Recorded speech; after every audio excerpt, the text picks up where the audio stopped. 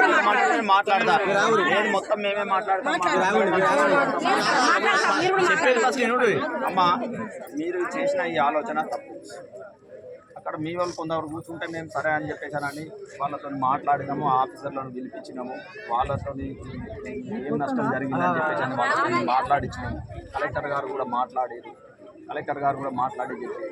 చెప్పినాక అది ఏ ప్రాసెస్లో చేయొచ్చు అని చెప్పేసి కలెక్టర్ గారు కూడా వాళ్ళ సింగరేణి ఆఫీసర్లతో మాట్లాడి, సింగరేణి ఆఫీసర్లు కూడా మీ వాళ్ళతో మాట్లాడుతున్నారు. ఇక్కడ ఎవరన్నా ఉంటే అక్కడ వాళ్ళకి ఎవరైనా ఫోన్లు ఉంటే మీరు మాట్లాడాలి, తెలుసుకోండి అక్కడ ఏం జరుగుతుంది. వాళ్ళు అక్కడనే కూర్చుంటారు, మేము ఇక్కడనే కూర్చుంటాం సార్, ఎక్కడనే మొత్తం అది చేస్తామని అంటే ఈ రోడ్డు మీద పోయే పబ్లిక్ వేరే ఊరికి సంబంధించిన వాళ్ళు, వేరే రాష్ట్రానికి సంబంధించిన వాళ్ళు పోతాం.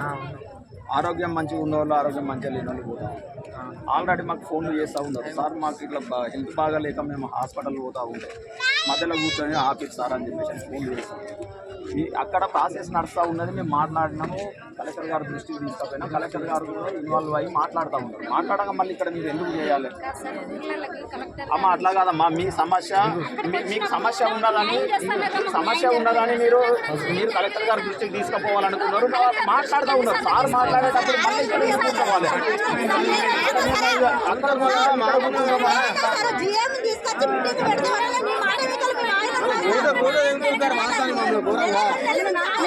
బాధ్యత